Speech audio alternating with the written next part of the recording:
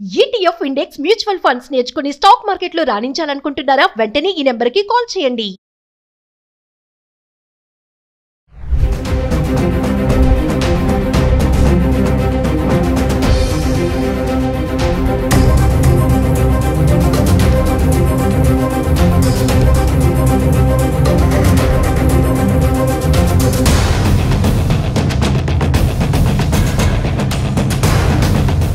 నమస్తే, welcome back to Suman TV. ప్రస్తుతం మనతో పాటు ఉన్నారు consumers affairs committee chairman Mandari Krishna Reddy గారు. నమస్తే సార్. నమస్కారం అమ్మా. సార్, అహ్మదాబాద్ ప్లేన్ క్రాష్ గురించి మనం కొన్ని వీడియోలు చేస్తున్నాము, కానీ ఇంకా ఎందుకు జరిగింది ప్రమాదం, అసలు కారణం ఏంటి అనేది ఇప్పటికీ తెలియరాలేదు. అంటే బ్లాక్ బాక్స్ దొరికింది, వాయిస్ రికార్డర్ దొరికింది, చూశారు, అయినా సరే ఏంటి అనేది ఎవరు చెప్పలేకపోతున్నారు. కాబట్టి ఇప్పుడు ఒక కొత్త అప్డేట్ ఏంటంటే, ఏదైతే సీసీ ఫుటేజ్ ఉందో బ్లాస్టింగ్ది, అందులో నుంచి ఒక చిన్న ముక్క ఎగిరి పడుతుంది. మరి ఇప్పుడు అందరి నోట్లో కూడా ఒకటే పేరు, రమేష్ విశ్వాస్ కుమార్. ఇంత ప్రమాదం జరిగినా ఇతను ఎలా బయటపడ్డాడు, ఎంత సేఫ్గా వచ్చాడు బయటకు అందరూ అంటున్నారు. ఇతను అదృష్టవంతుడు, మృత్యుంజయుడు అని చెప్పుకుంటూ వస్తున్నారు. కానీ కొన్ని కోణాల్లో చూస్తే కొంచెం డౌట్స్ కూడా వ్యక్తం అవుతున్నాయి. మరి అంత ఎత్తు మించి పడితే ఇతను ఎలా బ్రతికాడు, ఇట్లా ఏమి పెద్ద పెద్ద గాయాలు ఏమి తగలలేదు. ఆ సీసీ ఫుటేజ్లో ఏదైతే ఒక చిన్న ముక్క ఎగిరి పడిందో ఇమీడియట్లీ బ్లాస్ట్ అవ్వగానే అది తనే అని చెప్పేసి అంటున్నారు, అతడేనా అని అంటున్నారు. మరి అంత ఎత్తు నుంచి పడితే మరి బ్రతికాడా? అంటే మీ అనలైసిస్లో మీరు చూస్తున్నారు, ఫాలో అవుతున్నారు ఇన్సిడెంట్ని, మీరేమనుకుంటున్నారు సార్? అహ్మదాబాదు ప్లేన్ క్రాష్ ఏదైతే ఉందో చాలా పెద్ద దుర్ఘటనది. భారతదేశ చరిత్రలో ఒకే ప్లేను అంటే మన ఇండియాలో కూలిన దాంట్లో ఇంత పెద్ద ఎత్తున, అంటే దీంట్లో ఏం జరిగింది, ఆ ఫ్లైట్లో ప్రయాణం చేసేటువంటి 242 మంది ప్రయాణికులతో పాటు అంటే క్రూ అంతా కలుపుకుంటే, దీంతో పాటుగా మళ్ళీ మెడికల్ కాలేజీ మీద అది కూలడం, అప్పుడే భోజనం చేస్తున్నటువంటి కొంతమంది మెడికోస్, కాబోయే డాక్టర్లు, సిబ్బంది వాళ్ళు కూడా మరణించడం, అంతా కలుపుకునేసరికల్లా సంఖ్య పెరిగింది. ఇంకా పూర్తి సంఖ్య 100% నిర్ధారణకు రాలేదు. ఎందుకంటే క్షతగాతులైన వాళ్ళలో చాలామంది చికిత్స పొందుతున్నారు, దాంట్లో కూడా కొంతమంది సీరియస్గా ఉన్నారు. వాళ్ళలో కూడా ఇంకా కొంతమంది ఏదైనా జరిగితే సంఖ్య పెరిగే అవకాశాలు ఉన్నాయి. పెరగకూడదనే మనం కాంక్షిద్దాం, అనుకుందాం. కానీ అందరికీ ఒక పెద్ద ప్రశ్న తొలిచేది ఏమిటంటే, 240లో 42లో ఒక్కడి తప్ప 241 దగ్ధమైనట్టుగా మనకు కనబడుతుంది. దగ్ధం కావడానికి కూడా కారణం ఏంటి, 125,000 లీటర్ల ఫ్యూయల్ దాంట్లో ఉంది. ఈ ఫ్యూయల్ అంటే మామూలు ఫ్యూయల్ కాదు, ఇది మామూలుగా ఉండేటువంటి పెట్రోల్ అంటుకుంటేనే మనకు టక్కన అంటుకున్నట్టు కనబడుతుంది. మనకు 21 సార్లు వడబోయబడ్డటువంటి పెట్రోల్ ఇది. అంటే ఇది అంటుకోవడానికి సెకండ్, అంటే మన మామూలు పెట్రోల్ అందించడానికి అయ్యేటువంటి దానికన్నా దాంట్లో 10వ వంతు సమయంలోనే మొత్తం భస్మీపట్లం అయిపోతుంది. అదే 125,000 లీటర్లు ఒకేసారి మండితే ఆ మంట ఒక బాంబు, ఒక పెద్ద బాంబు జరిగినట్టుగా దాన్ని పడితే ఎంతైతే విస్ఫోటం జరుగుతుందో అంత విస్ఫోటం జరిగే అవకాశం ఉంది. అందుకే 241 శవాల్లో మాడి మసైపోతే దాంట్లోపల అసలు గుర్తుపట్టడమే చాలా కష్టమయ్యే పరిస్థితి పడింది. దీని గురించి మనం తర్వాత మాట్లాడుకుందాం. ఈ జరిగిన విషయం ఏంటంటే, ఈ ఒక్కడు ఎలా బతికాడు, ఈ రమేష్ విశ్వాస్ కుమార్ అనేటువంటి వ్యక్తి ఎలా బతికాడు, ఒక మిరకలే, ఒక పెద్ద అద్భుతమైన విషయం. అందులోనూ పెద్ద గాయాలు ఏమీ లేవు, మామూలుగా దులిపేసుకొని లేచి నడిచి వచ్చేసాడు. అంటే ఏదో ఒక సముద్రంలోంచి అలా నడిచి వచ్చినట్టుగా, లేకపోతే ఒక పెద్ద మంటల్లోంచి అట్లా నడిచి వచ్చినట్టుగా మన సినిమాల్లో చూస్తుంటాం.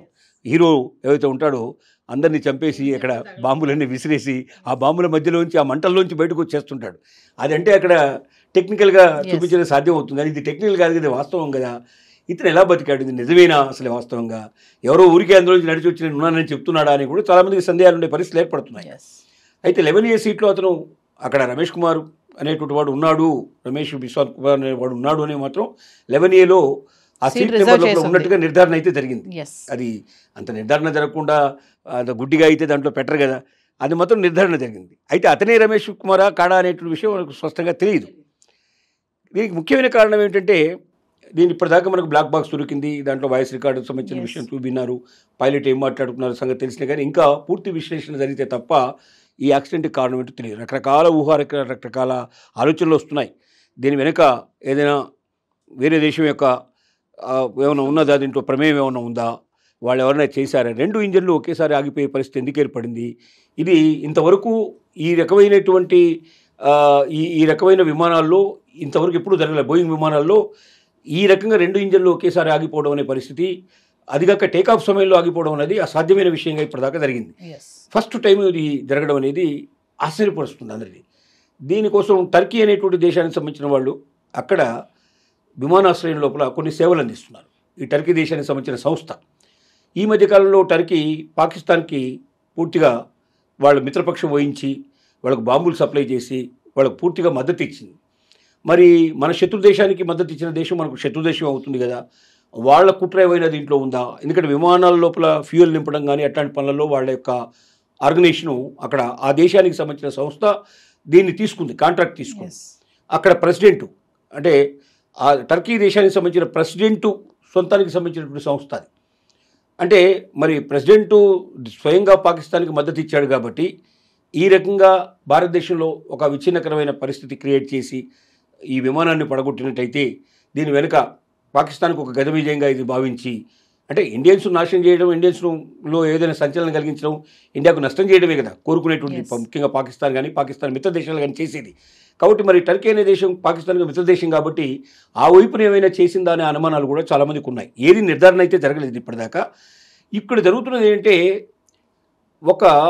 మొత్తం మంటలు విపరీతంగా వ్యాపించి కాలిపోతున్న సమయంలో విమానం ఒక ముక్క ఎగిరి కింద పడినట్టుగా మనకు సీసీ ఫుటేజ్లో అంటే మీకు మొట్టమొదటి తీసినటువంటి విమానం అది ఒక పిల్లవాడు తీసిన విమానం. ఒకటి ఎగిరి పడింది. ఆ వీడియో చూసినప్పుడు ఒకటి ఎగిరి పడినట్టు కనపడుతుంది. ఆ ఎగిరి పడిన ముక్కలోనే అంటే అది ఒక కుర్చీతో సహా ఎగిరి పడిందా, చైర్తో సహా ఎగిరి పడింది. ఎందుకంటే విమానం ఒకసారి కింద పడేసరికి ముక్కలైపోయే పరిస్థితి ఏర్పడింది. ఆ ముక్కల్లో ఆ 11A దగ్గరే ఆ ముక్క పెరిగి ఆ సీటుతో సహా ఎగిరి బయటపడిందా అనే అనుమానాలు ఉన్నాయి. అయితే మరి అంత పైకి ఎగిరి కింద పడినటువంటిది మళ్ళీ దాంట్లో బతికి బట్టబడడానికి అవకాశాలు ఉన్నాయా అనేది రెండో ప్రశ్న. ఇంకా కొంతమంది చెప్పేది ఏమిటంటే దాని చుట్టుపక్కల హాస్టల్కు చుట్టుపక్కల ఇసుక దిబ్బలు ఉన్నాయి, మేటలు వేసి ఉన్నాయి ఇసుక దిబ్బలు. దానికి ఏంటో కారణం తెలియదు, ఏదైనా కన్స్ట్రక్షన్ ఏమైనా జరుగుతుందా ఇంకా ఏదైనా జరుగుతుందో తెలియదు. పెద్ద పెద్ద ఇసుక దిబ్బలు అయితే కనపడుతున్నాయి. ఒకవేళ ఈ సీట్ ఎగిరిపోయి ఆ ఇసుక దిబ్బల మీద పడి ఉంటే అంటే ఇవన్నీ ఊహాజనితమైన విషయాలే, వాస్తవాలు ఏమిటనేది ఇంకా స్పష్టంగా మనకు తెలియదు. అలా పడి ఉంటే ఒకవేళ ఇసుక కాబట్టి ఎంత ఎత్తు నుంచి పడినా కూడా ఇసుక లోపల దెబ్బ తగలడం అనేది సాకపోవచ్చు అని ఒక ఆలోచన ప్రకారంగా ఇసుక దిబ్బ మీద పడ్డటువంటి కుర్చీలోంచి అతను లేచి అతను నడుచుకుంటూ రావడానికి ఒక అవకాశాలు ఉన్నాయి. ఎక్కువ దెబ్బలు తగిలే పాసిబిలిటీస్ లేవు అనేది ఒక ఊహాకరమైన విషయం. ఏది ఏమైనప్పటికీ చుట్టూ ఉండేటువంటి సీసీటీవీ ఫుటేజ్ అంతా పరిశీలిస్తున్నారు. ఇప్పుడు అక్కడ అహ్మదాబాద్ పోలీసులు చాలా నిరంతరంగా శ్రమిస్తున్నారు. ఈ శ్రమలోంచి ఏదైనా తెలిస్తే ఏదైనా బయటకు వస్తే తప్ప వాస్తవాలు అనేది తెలియదు. అప్పటిదాకా మరి రమేష్ విశ్వాస్ కుమార్ అనేవాడు హీరోనా లేక ఏదైనా డూప్లికేట్గా ఏదైనా నటిస్తున్నాడా సినిమాల్లో నటించినట్టుగా అనేటువంటి అనుమానాలు కూడా తెలియ పరిస్థితులు ఏర్పడతాయి. కానీ ఇది ఏదైనా వాస్తవాలు తెలియదాకా దేని మనం కరెక్ట్గా చెప్పడానికి అవకాశం లేదు. మామూలుగా చూసుకుంటే సార్ మరి బ్లాక్ బాక్స్ అనేది కీలకము, అది కనుక బయటపడితే మనకి తెలిసిపోతుంది ఏంటి ఎందుకు జరిగింది అనేసి అని అంటున్నారు కదా. మరి అది బయటకు వచ్చింది వాయిస్ రికార్డ్ అంటున్నారు, అయినా ఇంకా తెలియకపోవడానికి కారణం దాన్ని డీకోడ్ చేయాలి అంటే సులభంగా కాదు. ఎందుకంటే మొత్తం టోటల్ టెక్నికల్గా ఎక్కడ ప్రాబ్లం ఉన్నదనే విషయం దాంట్లో కొన్ని రకాల కోడ్ భాషలో రాసి ఉంటుంది. ఓకే, అంటే అక్కడ అదంతా ఆటోమేటిక్గా జరిగేటువంటిది. ఎవరు చెప్పితే ఏదో చెప్పి రాసినట్టు ఉండదు. విమానాన్ని పరీక్షిస్తుంటారు, ఇంజన్ పరీక్షిస్తారు, ఇంజన్ పర్ఫెక్ట్గా ఉందా లేదా, దాంట్లో ఏదైనా రాంగ్ ఉందా, మిస్టేక్ ఉందా, అది ఆగిపోయి ఉందా, అది ఇంకా ఏదైనా నడవలేని పరిస్థితిలో ఉందా అనేది కోడ్ భాషలో దాని లోపల ఆ రిటర్న్గా ఉంటుంది. ఆ కోడ్ భాషను డీకోడ్ చేయడానికి అంత సులభమైన విషయం కాదు. దానికి తగినటువంటి వ్యక్తులు రావాలి. ఈ దేశంలో ఉన్నారా, ఇతర దేశాల నుంచి రప్పించాల్సిన పరిస్థితి ఉందా, వాళ్ళు వచ్చి దాన్ని చెక్ చేసి నిర్ధారణ చేయడానికి కొంత సమయం తీసుకుంటుంది. కొన్ని సందర్భాల్లో అయితే కొన్ని విమానాల్లో అసలు బ్లాక్ బాక్స్ దొరకడానికే 3 నెలలు 4 నెలలు 6 నెలలు సమయం టైం తీసుకున్నటువంటి పరిస్థితి ఏర్పడింది. సముద్రంలో పడ్డవి కొన్ని విమానాలు కొన్నిసార్లు ఎక్కడో ఎడారిలో కూలిపోతాయి. అలాంటి చోట దొరకడం చాలా కష్టం. ఎక్కడో దూరంగా 10 కిలోమీటర్ల డిస్టెన్స్లో కూడా పడినటువంటి సందర్భాలు ఉన్నాయి.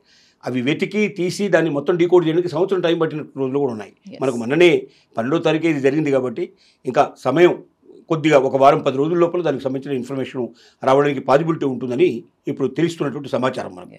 Thank you sir.